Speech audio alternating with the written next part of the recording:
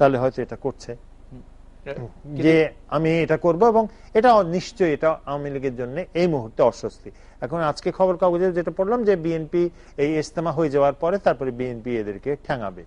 সীমাবদ্ধ সংকট যেটা বা সমস্যা যেটা, সেটা হচ্ছে বিএনপি এখন তো বিএনপিকে তো মোটামুটি কোণঠাসা করে রেখেই দিয়েছে। খালেদা বেরোতে পারছে না, শামসুর মবিন চৌধুরী, ফখরুল ইসলাম আলমগীর দুরা জেলে, অন্যান্যরা খুব খারাপ অবস্থায় আছে, আরো গসরা থেকে আরম্ভ করে মোটামুটি রিজভি এখন আছে, কিন্তু রিজভিকে খুব একটা সবল মনে হচ্ছে না। কিন্তু তারপরে সরকার করবেটা কি? তারপর না হয় ধরে মারবে। বাংলাদেশে মেরে লাভ আর হয় না। বাংলাদেশে মারলে, আজকে যেমন আমি ইউনিভার্সিটি থেকে ফিরছি যখন, তখন হঠাৎ শুনি কোন জায়গায় জানি একটা বোমা ফুটেছে, গোটা মহাখালী বন্ধ করে দিয়েছে। তো আমি যেহেতু হেঁটে যাওয়া আসা করি, আমার জন্য এটা অসুবিধা না, কিন্তু গাড়িওয়ালা মানুষ, ট্রাফিক জ্যাম হয়ে একটা বিতিকিচ্ছির ব্যাপার। পরে আমি জিজ্ঞেস করলাম যে কি হয়েছে, কতগুলো বোমা ফুটছে, কি হয়েছে? না, একটা বোমা ফুটছে একটা বাসের সামনে, বাসটা একটা মানে একটা গলিতে ঢুকে পড়েছে।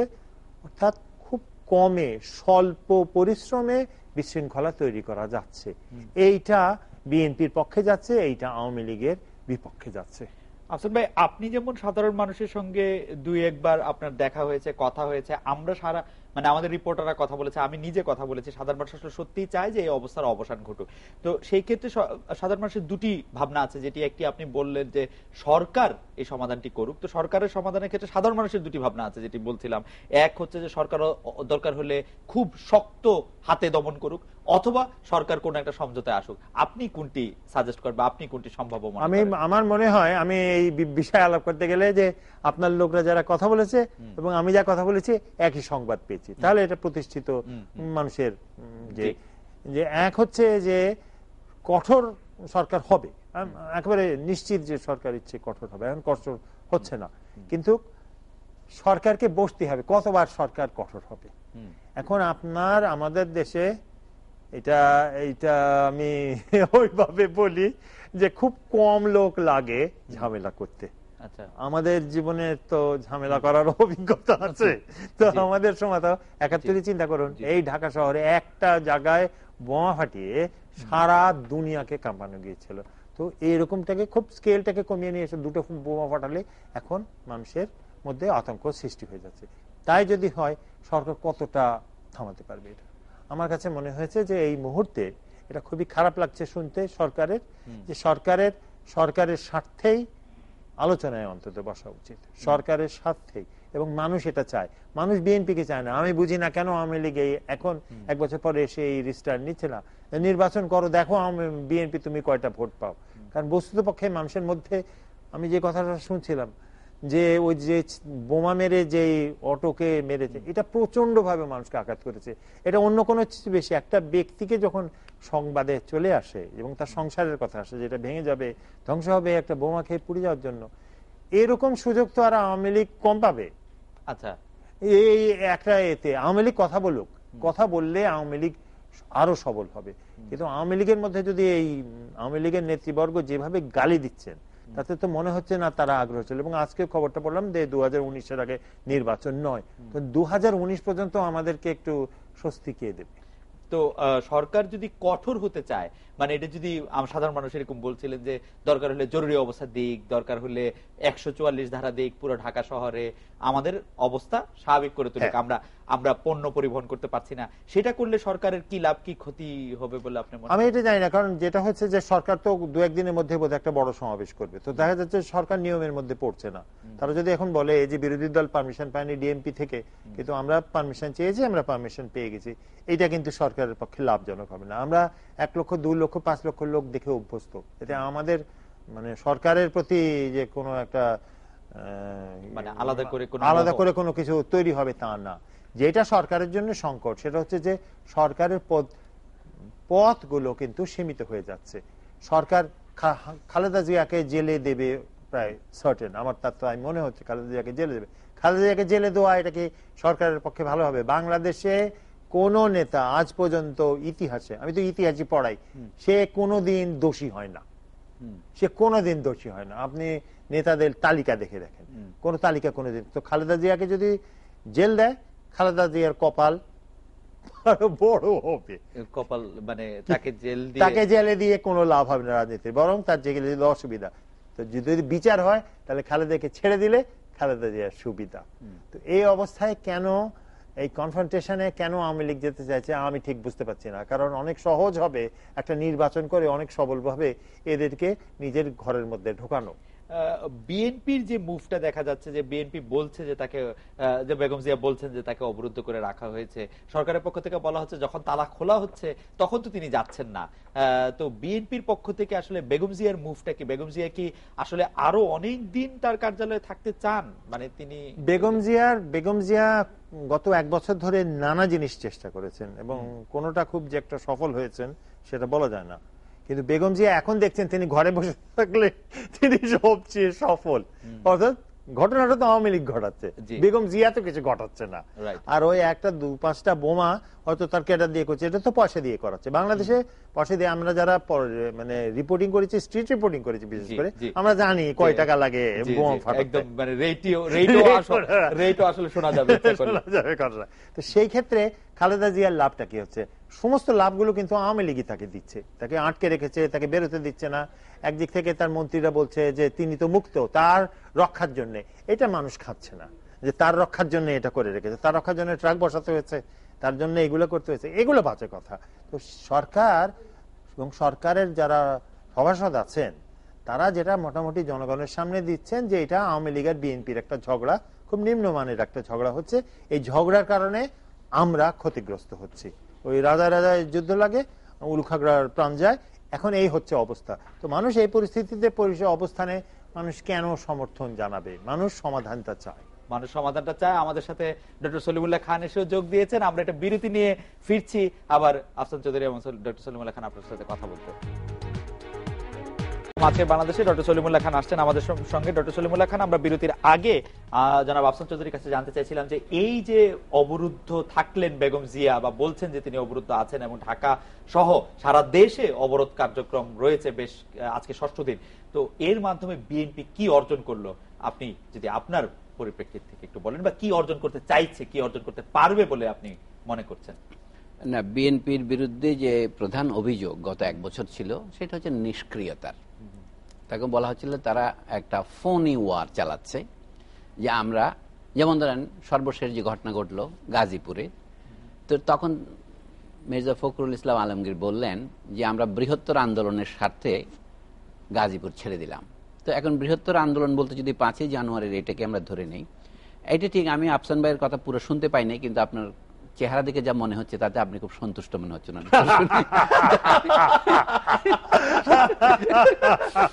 উত্তরটা হচ্ছে যে বিএনপির অনেক কাজ একথা সত্যি আওয়ামী লীগ করে দিচ্ছে। যেমন ধরেন এই যে আওয়ামী লীগের দিক থেকে একটা আশঙ্কা ছিল যে বেগম জিয়া যদি সেদিন পল্টনে যান অথবা তার নয়া পল্টনের অফিসে বসে থাকেন বা যেখানে সভা করতে চান সেখানে যান, তাহলে তিনি ওখানে একটা সিট ইন করবেন, উঠবেন না। সুতরাং তাকে এক ধরনের অবরুদ্ধ করা যাবে। এটা তো এই যে অবরুদ্ধ করা হয়েছে কি হয় নাই, এটা একটা সেমান্টিক প্রবলেম হয়ে দাঁড়িয়েছে।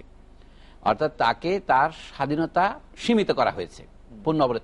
তিনি সেখানে 50 জন স্টাফ নিয়ে আছেন এবং তারা অনেকের অসুখ হচ্ছে, এইগুলি সবই সত্য কথা। কিন্তু তারপর হচ্ছে রাজনৈতিক লাভ বা রাজনৈতিক অলাভের কথাটাই আমাদের আসতেছে। যে বিএনপির যে গত 1 বছরের নিষ্ক্রিয়, আপাত নিষ্ক্রিয় রাজনীতি, তার তুলনায় বিএনপি কিছুটা চাঙ্গা হয় যে কথাটা ব্যবহার করছে শীতকালে, সেটা ঠিক আছে, কিন্তু কোন মূল্যে? আমি মনে করি আমাদের মধ্যে এখন রাজনীতির মধ্যে মানবিকতার স্পর্শ আর নেই। এই যে কতজন মানুষ মারা যাবে বা কতটা গাড়ি পোড়া যাবে, কতটা গেলে মানুষ মনে করবে এটা সহনীয় সীমার অতিরিক্ত সীমা লঙ্ঘন করেছে।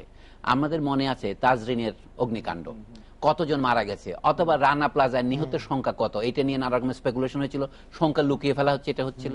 এমনকি হেফাজতে ইসলামের যে 5 মের সমাবেশ, সেটা নিয়ে যে এরকম আপনাদের সংখ্যার নাটক হলো, তার তুলনায় এখন যা ঘটছে তা লোকের চোখের সামনে ঘটছে। বিএনপির লাভের কথাটা নেই বলে আমি ক্ষতির কথাটাই বলি। ক্ষতির কথা হচ্ছে সেখানে ট্রাক দিয়ে তাকে বন্দি করে রাখা হয়েছে। তো এটা ঠিক যে এইরকম নিপীড়নের সময় বিএনপির কর্মীরা কেন, বিএনপির নেতারা যাননি, এটা সরকারের দিক থেকে বিরাট করে বলা হচ্ছে বিএনপির নেতাদের রাস্তা দেখা যাচ্ছে না। কিন্তু বিএনপি নেতারা যখন সরাসরি জনগণের সাথে সম্পৃক্ত রাজনীতি না করে, এখন যে রাজনীতিকে তারা এন্ডোর্স করছেন, এটা দায় নেবে কে? এই দায়টা কি? যারা আওয়ামী লীগের সদস্য নয় বা আওয়ামী লীগের বেনিফিশিয়ারি নয়, সাধারণ মানুষ যারা পথযাত্রী, নিজের জীবিকার সন্ধানে যারা সকালবেলা বের হন, তারা যদি বিকালবেলা বাড়ি ফেরার সময় নিরাপদ বোধ না করেন, তাহলে এর দায় দায়িত্ব শেষ বিচারে সরকারকে নিতে হবে না? সরকার তো এখন বলছে আমরা তাদের নিরাপত্তা দেবো, আমরা র্যাব দেবো, বিজিবি দেবো। আগে বেশি যেমন কক্সবাজার থেকে 450 যানবাহনের ক্যারাভান নিয়ে আসলেন তারা। তো এইগুলি কি মনে করে? এগুলি জনগণকে নিরাপত্তা দেওয়ার ক্ষেত্রে সরকারের এক ধরনের ব্যর্থতা। সেই ব্যর্থতার দাবি জবাব সরকারের কাছে দাবি করবে মানুষ। কি জবাব দেবেন? সরকারকে এখানে দুইটা আমি বলবো, একটা দড়ির উপর দিয়ে হাঁটতে হচ্ছে। তাকে যেমন শান্তি শৃঙ্খলা বজায় রাখতে হবে, যেটাকে ল অ্যান্ড অর্ডার, এটা তার দায়িত্ব। একই সাথে তার জনগণের মৌলিক অধিকারকেও ব্যাপকভাবে লঙ্ঘন করা যাবে না। আগের দিনে একটা লাঠি পেটাও মৌলিক অধিকার লঙ্ঘন বলা হতো, এখন কথায় কথায় আপনার যদি গুলি করতে হয়, এখন যদি যারা বাসে আগুন দিয়ে পালিয়ে যাচ্ছে, আপনি কি করবেন তাদেরকে? সুন্দরবনের দস্যু বাহিনীতে অমুক দস্যু নিহত হয়েছে সেরকম আপনি তাকে গুলি করবেন? এইটা কি লিগেসি রেখে যাবে, সেটা ভয়াবহ। দুই অর্থে আমরা একটাকে বলি ইমিডিয়েট, আরেকটা বলি আলটিমেট। আমরা ইমিডিয়েটের দিক থেকে অনেকে মনে করি যে কি আরেকটা কি এরকম আজকের তারিখের মতো ঘটনা ঘটবে, 8 বছর আগের একদিন। হ্যাঁ, আরেকটা ঘটনা কিন্তু আছে, এটা দীর্ঘমেয়াদী হচ্ছে দেশের রাজনৈতিক যে নৈতিক আবহাওয়া। আমরা নৈতিক আবহাওয়ার কথাটা একেবারেই বলি না, যে নৈতিক আবহাওয়াটাকে ক্রমশ নষ্ট করবে। এখন যে কথাটা বলা হচ্ছে যে এখন রাজনীতিতে কেউ কাউকে বিশ্বাস করে না, কিন্তু কেউ কাউকে বিশ্বাস না করার একটা পটভূমি তো আছেই, কিন্তু ভবিষ্যতেও কেউ কাউকে বিশ্বাস করবে না। এই যদি হয় তাহলে হচ্ছে কি, যেটাকে আমরা যে ব্যবস্থাকে বর্তমানে গণতন্ত্র বলছি, সে এই ব্যবস্থার মধ্যে গণতন্ত্রের একটা মুখোশ হলেও আছে, সেই মুখোশটাও তখন খুলে পড়ে যাবে। তখন কি আমরা নৈরাজ্যে যাব? মানে কেউ কেউ বলে, ভারতের নরেন্দ্র মোদীর একটা বক্তব্য আজকে পত্রিকায় পড়লাম, উনি বললেন এই যারা এই নৈরাজ্য চায় তারা কেন জঙ্গলে যায় না। তা আমার তো মনে হয় আমরা অলরেডি এখন ঢাকা শহর এমনি ইট কংক্রিটের জঙ্গল, মানুষের বসবাসের অযোগ্য হয়েছে। সবচেয়ে বড় কি ক্ষতি হচ্ছে জানেন খালেদ? আমি সেটাই বলি, আসল কথাগুলি কেউ আর বলতে পারছে না। আমরা ছোটবেলায় একটা গল্প পড়েছিলাম, প্রিন্সিপাল ইব্রাহিম খান লেখা, গল্পটার নাম ছিল জহুর ধোপা।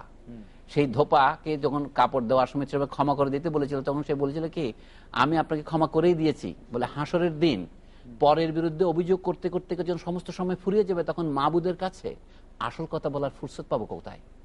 এটা জহুদ বুয়ার উক্তি। আমি হচ্ছে আমাদের আসল কথাটা কি? আমি দুটো কথা বলি। এই যে বাংলাদেশ অর্থনীতি সমিতির সম্মেলন হয়ে গেল, যেটা নিয়ে আপনিও আলোচনা করছেন না, আমিও করছি না, সেখানে দুটো গুরুত্বপূর্ণ আমি বলে প্রস্তাব এসেছে, আজকে পত্রিকাতেও আছে, কি যে বাংলাদেশে এখন বিদ্যুৎ উৎপাদনের উৎস হিসেবে একদিকে চিহ্নিত করা হচ্ছে পারমাণবিক চুল্লি, আর দিকে হচ্ছে কয়লা ভিত্তিক তাপ বিদ্যুৎ উৎপাদন প্রকল্প।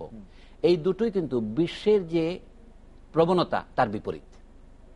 অথচ নাগরিক সমাজের তরফ থেকে, সর্বসাধারণের তরফ থেকে এর বিরুদ্ধে যে ধরনের আলোচনা এবং আলোচনার পর প্রতিবাদ, এবং সম্ভব হলে সরকারকে এই বিষয়ে বাধ্য করা যে আপনারা এইরকম আত্মবিধ্বংসী পথে যাবেন না, এটা ঘটছে কিন্তু আমাদের চোখের সামনে, অথচ কেউ তার কথা বলছে না।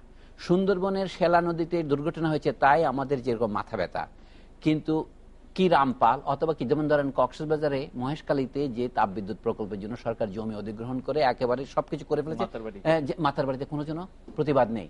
কিন্তু আমি তো মনে করি এইটা হচ্ছে গণতন্ত্রের প্রথম কাজ ছিল। এই যে দীর্ঘমেয়াদী ক্ষতি হচ্ছে এবং এই দাবির জন্য যেমন বেগম জিয়া সে বিষয়ে যেন নীরব, অথচ এইটা বিরোধী দলের দায়িত্ব, আমাদের তথাকথিত সর্বসাধারণের সমাজ যেটাকে সিভিল সোসাইটি বলে তাদের দায়িত্ব তারা তো করছে না। আমি এই বলছি, উনি বলছিলেন নগদ লাভ ক্ষতির কথা, আমি যে দীর্ঘমেয়াদে আমাদের ক্ষতি হচ্ছে এই নগদ বিষয়ের জন্য আগামী নির্বাচনের ইস্যুতে উভয় দলে ব্যস্ত থাকছে, কিন্তু ফলে এমন সব ক্ষতি হয়ে যাবে 50 বছর পরে তার সংশোধনের জায়গা থাকবে না। আহসান ভাই, আপনিও কি তাই মনে করেন যে আমরা একটা দীর্ঘমেয়াদী ক্ষতির মধ্যে দিয়ে যাচ্ছি, বা দীর্ঘমেয়াদী একটি ক্ষতির আশঙ্কায় আমরা পড়তে চাচ্ছি? আমার কাছে সেলিমুল্লাহ খানকে খুব আদর্শবাদী, আশাবাদী মানুষ মনে হচ্ছে। আমি এতটা আশা করি না। আমি মনে করি আমাদের দেশে রাজনীতি চর্চা এটা 40 বছরে আর হয়নি। তো তার ফলে যে কারণে মানুষ একটা সমাজে রাজনীতি করে বা রাজনীতি করে সামনের দিকে আগাতে চায়, সেই চর্চাটা আমাদের সমাজ থেকে চলে গেছে। আজকে আমরা যদি এইসব দুঃখ করি, এটা করার কোনো মানে হয় না। আমাদের দীর্ঘমেয়াদী ক্ষতি শুরু হয়েছে কিন্তু 72 সাল থেকে। তো সেই ক্ষতি অর্জন করতে করতে করতে একটা ঐতিহ্য সৃষ্টি হয়েছে, এবং এই ঐতিহ্য হচ্ছে জনগণ থেকে বিচ্ছিন্নতা। তো জনগণের যে বিষয়গুলো, যেটা সেলিমুল্লাহ খান বললো, এগুলো তো জনগণের বিষয়, তার ভালো মন্দের বিষয়, তার সুবিধা অসুবিধার বিষয়, সেইটা রাজনৈতিক দলের বিষয় নাই। আমাদের দেশের রাজনীতি বলতে যেটা হয় সেটা হলো ক্ষমতা নীতি। অতএব কে ক্ষমতায় থাকবে। তো আমি আওয়ামী লীগ অথবা বিএনপি কারোর মধ্যে কোনো কারণে কোনো সুযোগ দেখি না দেখার যে তারা জনগণকে নিয়ে চিন্তা করেন। আজকের কোন রাজনীতিবিদরা তো বরং এরকম বলেন, রাজনীতি করি তো ক্ষমতার জন্য, ক্ষমতা ছাড়া রাজনীতি করবো না, এবং ক্ষমতাটা তারা নিজেদের পেট ভরার রাজনীতি করেন।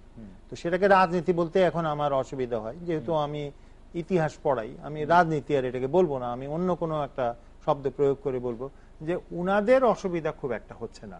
আজকে যে কাঠামোতে বাংলাদেশের রাজনৈতিক দল তৈরি হয়, রাজনৈতিক চর্চা তৈরি হয়, তাতে তাদের অসুবিধা হবে না। অসুবিধা যেটা হচ্ছে মধ্যবিত্ত হচ্ছে, গরিব মানুষের হচ্ছে, তারা বোধহয় টিকে থাকার জন্য সংকট করছে। এবং গত 40-42 বছরের অভিজ্ঞতায় তারা কখন দেখেছে সরকার তাদের পক্ষে কোনো সিদ্ধান্ত নিয়েছে? আমি যেই জায়গায় থাকি ওখানে গিয়ে মাঝে মাঝে বস্তি পরিষ্কার করা হয়, ফুটপাতের দোকান পরিষ্কার করা হয়। কারা করে? বড় লোক, যেহেতু দোকান এলাকাটা বড় লোকদের কাছাকাছি এলাকা, তারা গিয়ে পরিষ্কার করে। ওরা কি খোঁজ নেয় যে এই মানুষের সঙ্গে রুজিতে সংসার চলে? আমাদের এই বিচ্ছিন্নতাবোধ এত প্রবল যে আজকের দিনে বেগম খালেদাকে আটকে রেখে তার বাসায় কি খাওয়া নিয়ে গেলাম, আর হাসিনার খালেদা কলুষিত করলো পরিবেশটা, এতে সামগ্রিকভাবে সাধারণ মানুষের জীবনের উপরে খুব একটা প্রভাব পড়বে না, কষ্ট পাওয়া ছাড়া। আজকেও এই কদিনেও কিন্তু কেউ একটা কথাও বলেনি যে রাজনীতি আমাদেরকে এটা দিচ্ছে না কেন, এটা করছে না। আপনি তাহলে আমাকে একটা প্রশ্নের, একটু একাডেমিক প্রশ্নের একটু জবাব কি দিবেন? তাহলে আমরা কেন দেখি যে সাধারণ মানুষ রাজনীতিবিদদের এত ভক্ত? আমাদের দেশে তো সত্যিকারের তারকা মহাতারকা বলতে রাজনীতিবিদরাই।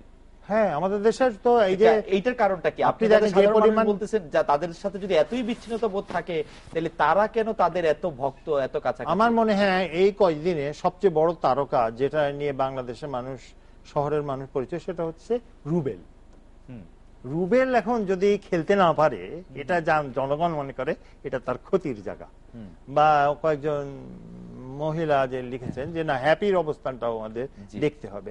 আমার মনে হয় না কেউ বলছে খালেদা জিয়ার কত কষ্ট হচ্ছে এত এই কথাটা বলছে, বা অন্য কেউ। তো অতএব আমাদের দেশের মানুষ সাধারণভাবে তার হিরোকে, তার ভিলেনকে তাকে চুজ করে নিচ্ছে। সে কিছুদিন হচ্ছে, আমি 2006 সালের, আমি এই গবেষণাটার কথা বারবার বলি, 2006 সালে নিষিদ্ধ গবেষণা, কারণ ওরা যে যারা টাকাটা দিয়েছিল তারা আর ছাপায়নি। কারণ তারা, সাধারণ মানুষ বলছে যে নির্বাচন থেকে, রাজনীতি থেকে আমার জীবনের উন্নতি আমি আশা করি না। তার মানে হচ্ছে, তাহলে আমি জিজ্ঞেস করছি কেন তাহলে নির্বাচন করেন? বলে ওই দিন বেশ ভালো লাগে, ওই কয়দিন যখন বেশ একটা মেজাজ থাকে, একটা উৎসব।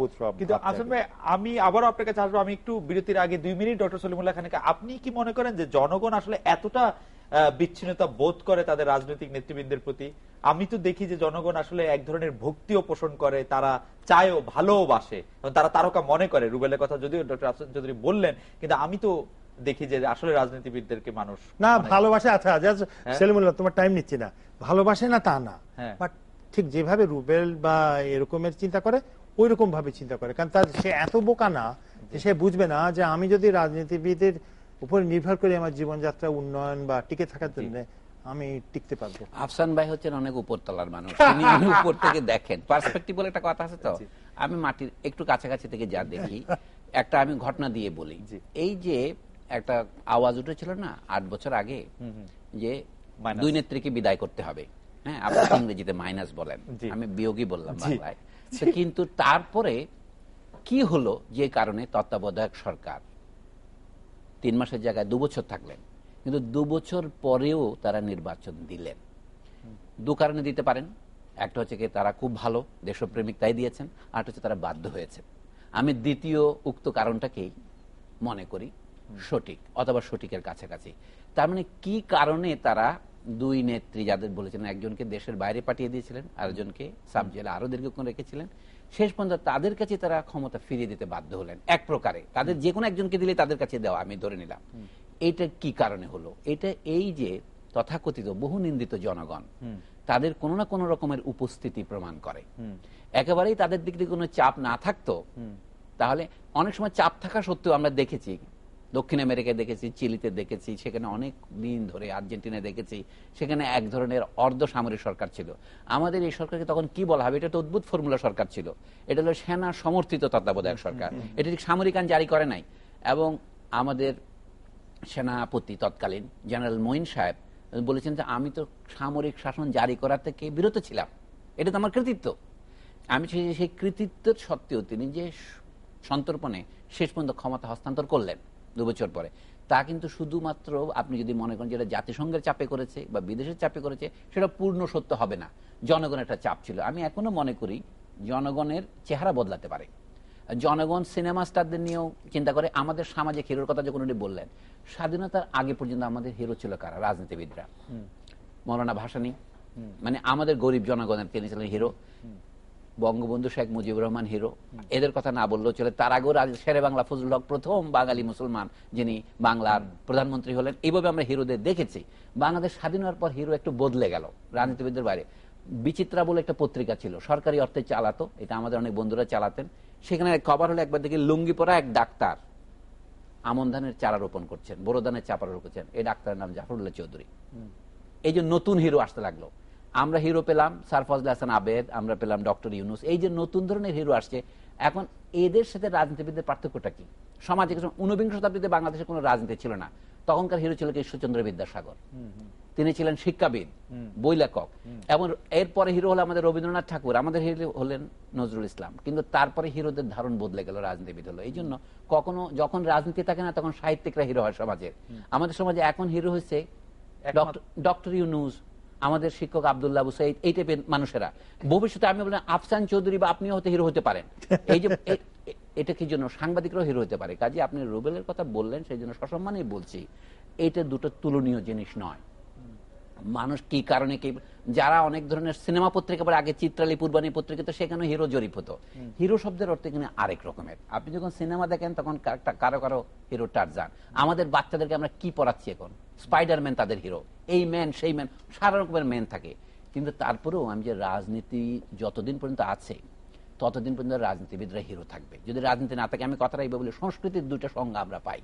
একটা সংজ্ঞা আমরা পাই যখন আমরা দেখি একটা মন্ত্রণালয়ের নাম সংস্কৃতি বিষয়ক মন্ত্রণালয়, তার অধীনে আছে জাতীয় জাদুঘর, তার অধীনে আছে বাংলা একাডেমি, তার অধীনে আছে বাংলাদেশ শিল্পকলা একাডেমি। এটা সংস্কৃতির কোন সংজ্ঞা? এটা হচ্ছে জীবনানন্দ দাশ বলেছিলেন, সকলেই কবি নয়, কেউ কেউ কবি। সকলে সংস্কৃতিবান নয়, কেউ কেউ সংস্কৃতিবান। এখানে সঙ্গীত, নাটক, কবিতা এগুলি থাকে। কিন্তু আরেকটা আছে নৃতত্ত্ববিদ বা সমাজতত্ত্ববিদরা যাকে সংস্কৃতি বলেন, সেটা কি? মানুষ হলেই তার সংস্কৃতি থাকবে, মানুষ হলেই সে কথা বলবে। সেই অর্থে আপনি যদি বলেন বাংলাদেশের সংস্কৃতি কি, আপনি যে বাংলাদেশের কোনো সংস্কৃতি আছে, মানে আপনি বলছেন বাংলাদেশের কোনো মানুষ আছে? আমি বলছি সেই অর্থে যতদিন সংস্কৃতি আছে ততদিন রাজনীতি আছে। রাজনীতি একটা সংস্কৃতি। আমার একটা বিরতি নিতে হচ্ছে। বিরতির পর ফিরে এসে আমি আবারও আপনার কাছে জানতে চাইবো, আপনাদের কাছে জানতে চাইবো, যদি রাজনীতিবিদরা এত খারাপই হন বা এত খারাপই থাকেন, তাইলে এই সমর্থন বা এই সংঘবদ্ধতা কোত্থেকে আসে?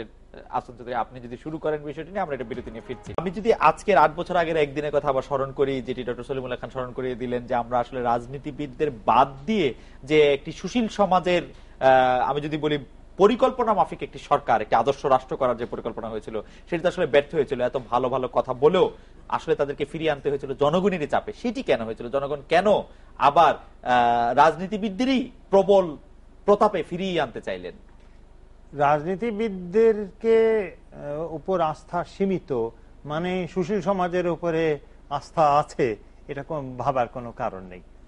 বিষয়টা আমি বলছি যে আমরা যেহেতু কাজ করি লগ ফ্রেম নিয়ে, যে অবজেক্টিভ যদি থাকে তাহলে অ্যাচিভমেন্ট এন্ড আউটকাম থাকতে হবে।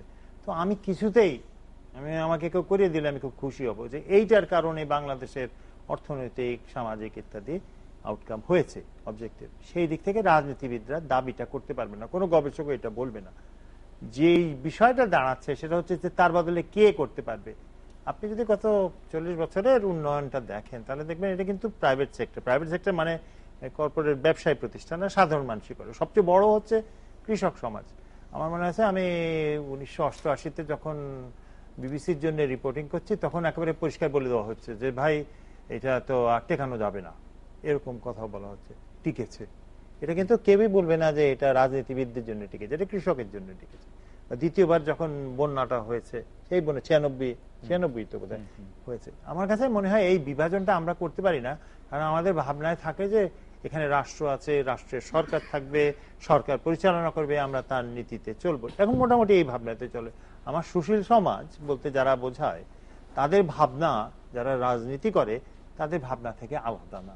কিন্তু জনগণ কি ভাবে সেইটা আমরা খেয়াল রাখি না। জনগণ সবার সাথে থাকবে। জনগণ কি যার কথা সলিমুল্লাহ খান বলছে তাদের অস্বীকার করে? না, কিন্তু যখন ইউনূস সাহেব যখন ভোট চাইতে গেলেন বা তার লোকরা যখন ভোট নিতে গেল, কেউ তাকে ভোট দেয়নি। তার মানে তার একটা পরিসর আছে, তার একটা ভূমিকা আছে। কিন্তু জনগণ তো এটাও বলে দিচ্ছে আমি রাজনীতি থেকে কিছু আশা করছি না। তাহলে জনগণ কোত্থেকে আশা করছে? গ্রহণযোগ্য হোক আর না হোক, জনগণ নিজের কাছ থেকে আশা করে। জনগণ মনে করে তাকে যদি কিছুটাও সংহত করা হয়, সে অনেক দূর করতে পারবে। তাই জন্য এই হরতালের সময় সে বলে না যে আমাকে হরতালের বদলে আমাকে কম্পেনসেশন দাও, যেটা এখন কথাটা তুলছে। সে বলছে আমার কিছু যদি না হয় সেটাই যথেষ্ট, তুমি আমার জন্য যথেষ্ট করেছো। সে আত্মনির্ভরশীল অনেক বেশি, এবং তার সংস্কৃতি তার সংস্কৃতির অর্থায়নটাও কিন্তু সরকার করে না। আমি একটু অন্য প্রসঙ্গে একটু সলিমুল খান আপনার কাছে যেতে চাই, যে আমাদের দর্শকদের মানে একাধিক প্রশ্ন আছে বলে আমি নাম বলছি না, হচ্ছে এরকম যে সরকার মানে যদি জরুরি অবস্থা বা এরকম কোন কঠোর ব্যবস্থা দিয়েও কেন জনগণের মধ্যে স্বস্তিটা ফিরিয়ে আনছে না?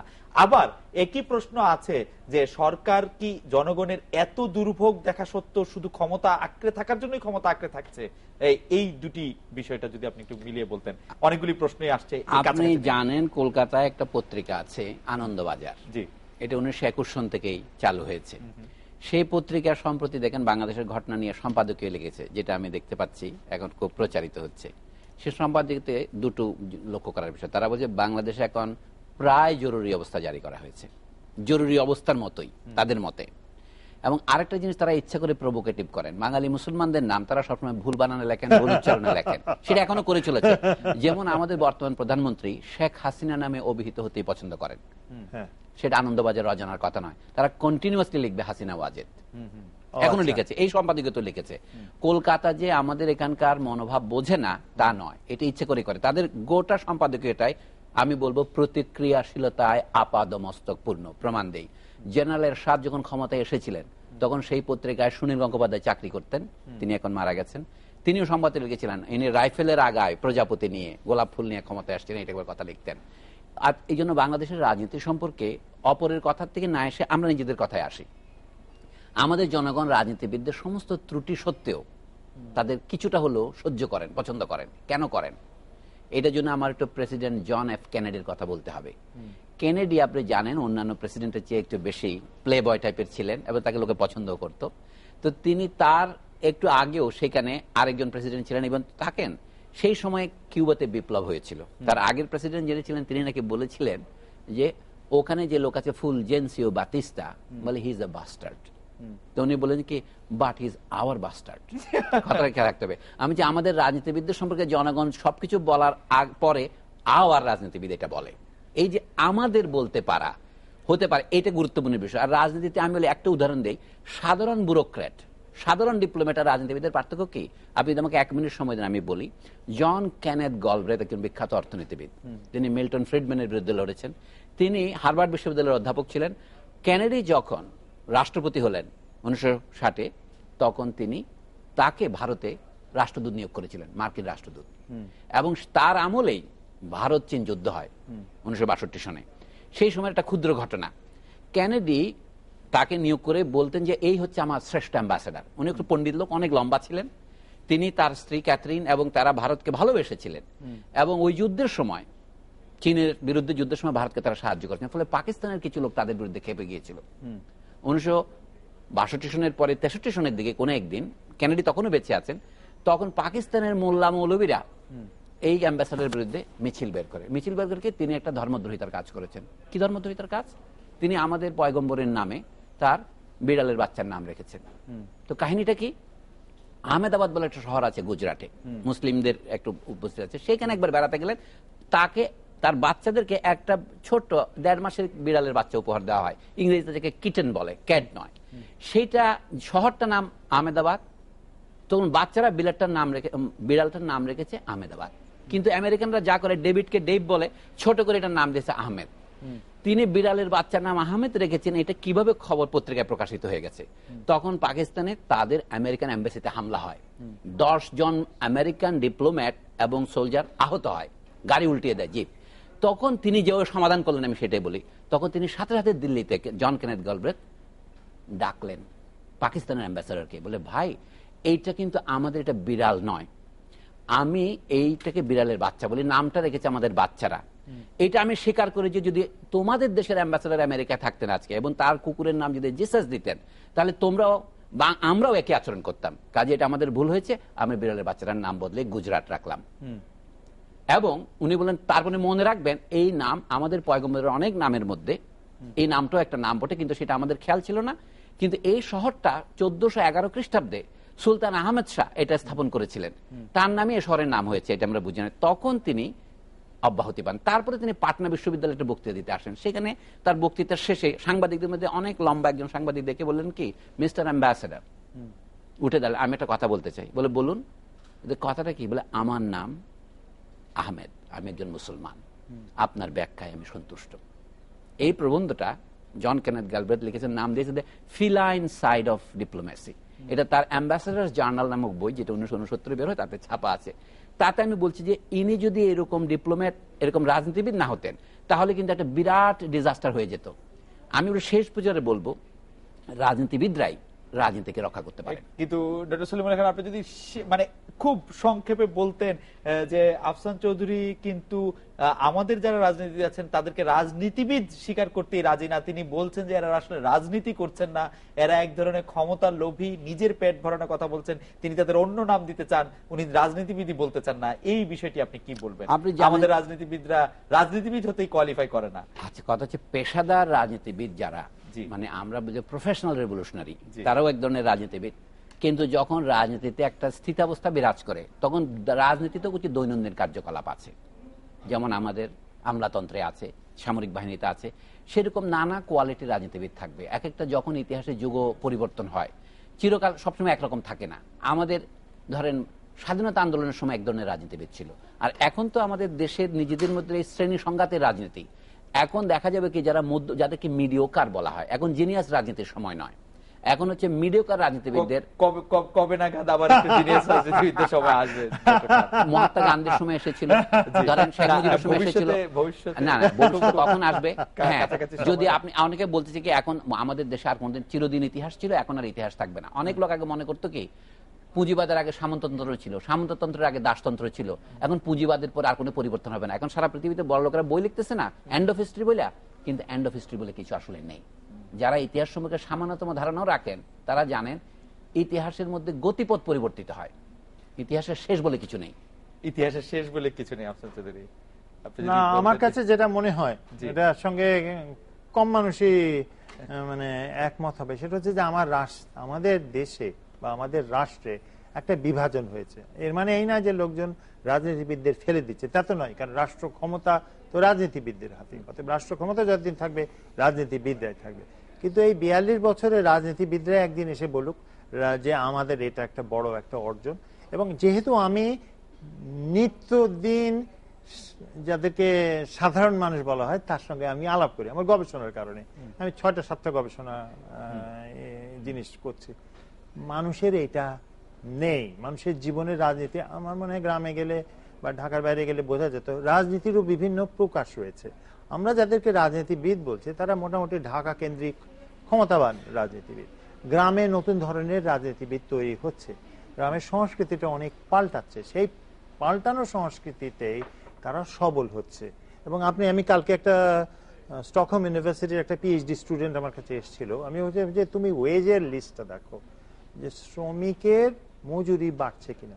এবং আমাদের দেশে এই গার্মেন্টস ফ্যাক্টরিতে হয়নি শ্রম ট্রেড ইউনিয়ন, এর একটা বড় কারণ হচ্ছে যে 72 থেকে 75 পর্যন্ত ট্রেড ইউনিয়নগুলো ধ্বংস হয়েছে। এগুলো তো রাষ্ট্রের হাতে ছিল। এখন সংকটটি যেটা সেটা হচ্ছে যে কোনো কারণে হোক, সেটা না এটা বিশ্লেষণ করার জায়গা না, আমাদের রাজনীতিবিদরা যে সেবা ভিত্তিক এবং তার বদলে যে তারা প্রাপ্তি ঘটবে সেটাই তারা সন্তুষ্ট হয়নি, বা সেবার বদলে প্রাপ্তি যখন সম্ভব হয় আমি মনে করি তখন মানুষ সেটা করবে। আপনি যদি গত 1990-তে এরশাদ পতনের পরে আজকে তো অনেক দিন হয়ে গেল, এটাই তো দীর্ঘতম সময় আমাদের, মাঝখানে 2 বছর গ্যাপ ছাড়া কিভাবে আপনি বলবেন যে রাজনীতিবিদদের রাজনীতিতে অগ্রগতি হচ্ছে? কোন সূচকে বলবেন? আপনি অর্থনীতিতে রাজনীতিবিদের সিদ্ধান্তের কারণে মানুষের অবস্থা উন্নতি হয়েছে, কোনটা আপনি বলবেন? এটা কিছুদিন আগেও যে এমনকি গত 1 বছর এত শান্তির সময় কোনো একটা প্রজেক্ট কমপ্লিশন হয়নি অন টাইম, এখন তো কোনো অসুবিধা ছিল না। আমার মতে যে রাজনীতিবিদ ক্ষমতাবান যদি বলেন, রাজনীতিবিদ বলেন, আমলা বলেন, এই সুশীল সমাজের নেতা বলেন, যারা মোটামুটি ঢাকা শহরের বাংলাদেশের মাথা, তাদের সঙ্গে জনগণের বিচ্ছিন্ন হয়েছে।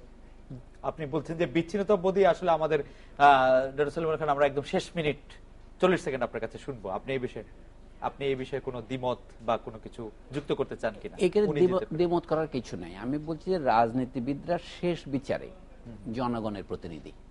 এখন তারা সঠিকভাবে নির্বাচিত হয়ে আসুন বা না আসুন, রাজনীতিবিদ কাকে বলবো আমরা? আপনি তো সংজ্ঞা যেতে হবে।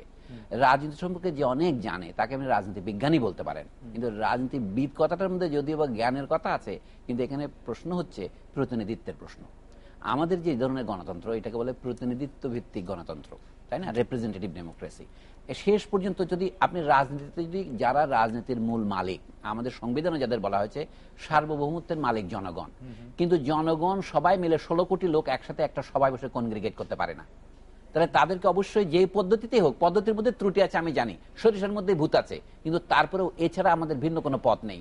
জনগণের প্রতিনিধিরাই আইন প্রণয়ন করবেন এবং সেই আইন অনুসারে জনগণকে যারা শাসন করবে, যাদেরকে আমরা এক্সিকিউটিভ বলি, তাদেরকে জনগণের প্রতিনিধিরা শাসন করবেন, নিয়ন্ত্রণ করবেন।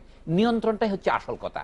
এই নিয়ন্ত্রণটা যোগ্যতা অনুসারে আমরা অনেক সময় করতে পারি, অনেক সময় করতে পারি না। সেই জন্য জনগণের শাসন কথাটার জন্যই আমি গুরুত্ব দিচ্ছি রাজনীতিবিদদের উপর। ডক্টর সলিমুল্লাহ খান, জনাব আফসান চৌধুরী, আপনাদেরকে ধন্যবাদ। এই ছিল আজকের বাংলাদেশে। দেখা হচ্ছে আগামীকাল এই সময়। শুভরাত্রি।